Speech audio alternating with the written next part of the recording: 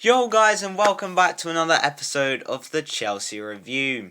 This is the series that I am very behind on, where I go over the most recent activities of Chelsea Football Club. So, what's been kicking off at Cobham this week? Well, in the last game before the international break, the Blues went away to the Emirates to face Arsenal.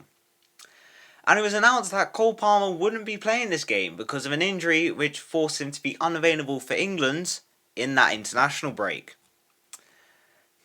This certainly worried me, as the last time we went away to Arsenal without Cole Palmer, we kind of got battered. Which definitely did not give me depression for the following 10 days. Thank you, Kai Havertz. So yeah, I wasn't hopeful. Despite the fact that we had been decent until then. Oh yeah, and Arsenal didn't have Saka, Jesus or Kai Havertz because of injury. Though at the same time we didn't have Guiu, Madueke, Palmer or Jackson. So this game wasn't going to be fun or easy. And this was evident when Mikel Merino was announced as Arsenal's striker. Nah, this club is actually so jokes, man. I honestly thought Arteta was on something when he was putting Merino at striker for the last few games for them.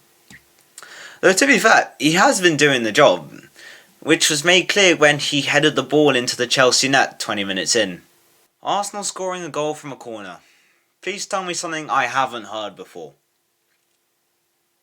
But we almost did score after a horror error from David Raya, which saw the ball slip through his hands and roll across the face of the Arsenal goal. I honestly think the curse of Robert Sanchez is becoming contagious. First him, then his teammate, and now his compatriot.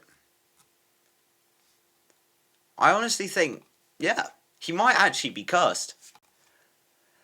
Speaking of the Chelsea goalkeeper, and I really do think Robert Sanchez might actually be cursed from having a good game, which proved very evident in this game when he receives the ball from Reece James and immediately passes it to Gabriel Martinelli.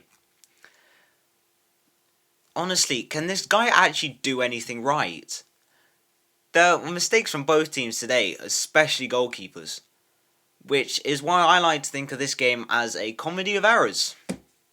Well, certainly for the neutral fan at least.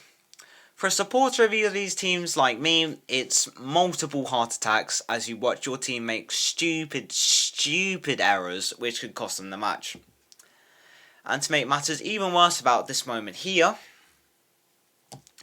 Robert Sanchez caught the ball and bounced it with the ball nearly coming off an Arsenal boot.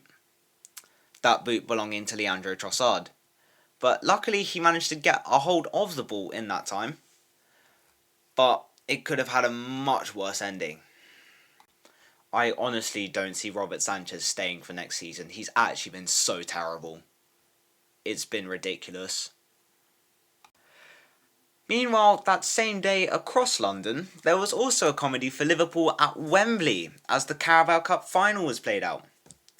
And from the get-go it looked like Newcastle were on top, especially Dan Burn, who scored the opener right on half-time. What is a bit shocking is the amount of space Dan Burn is given to actually head the ball. And to make matters even worse, I'm pretty sure he was being defended by Alexis McAllister, who's like tiny. So there were definitely defensive issues for Liverpool there. And then Dan Burn's goal was followed by Alexander Isak, who scored not long after half-time, which was retribution for a goal he had scored minutes before that had been ruled out for it being offside. Honestly, I think Isak is probably the best player in the Premier League right now. Which is why FNG is begging Newcastle on Twitter for a discount on him for him to come to Liverpool. Nick Pope was also a rocking goal for Newcastle, making some outstanding saves to deny the likes of Curtis Jones and Luis Diaz.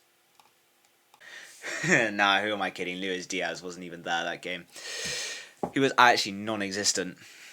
And neither was the future Ballon d'Or winner. No, sorry. What would have been the future Ballon d'Or winner. But Mo Salah had a horrible week, so I shouldn't lay into him that much. After all, on Tuesday, Liverpool crashed out of the Champions League, And that Sunday, he lost the Carabao Cup final. And in both games, he was, well, just non-existent. Which is not the kind of performance to be putting in if you're the front runner for the Ballon d'Or. But you really just have to feel for Liverpool fans. They were convinced they were going to win the quadruple, and now they'll be lucky if they can win the league. I won't lie, that does sound like a bit like us and being in a title race. Oh, by the way, may I just point out something to you all Mo Salah fans out there? This is Salah's stats in 11 cup finals, while this is Eden Hazard's stats in 8 cup finals.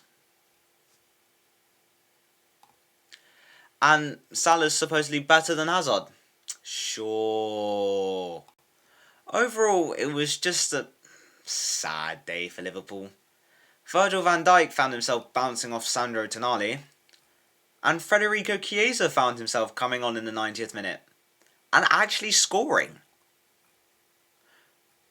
And if you ask me, this is the face of a man who regrets ever deciding to come to Liverpool and being stuck with Darwin Núñez for 9 months. Alan Shearer had the happiest day of his life watching Newcastle win a trophy, and that makes sense. Newcastle were completely dominant in this game. Liverpool could not even get a look in until the 90th minute, which is shocking from them because they were the superior team on paper. Ant and Dec were also in attendance, and they were also enjoying the festivities.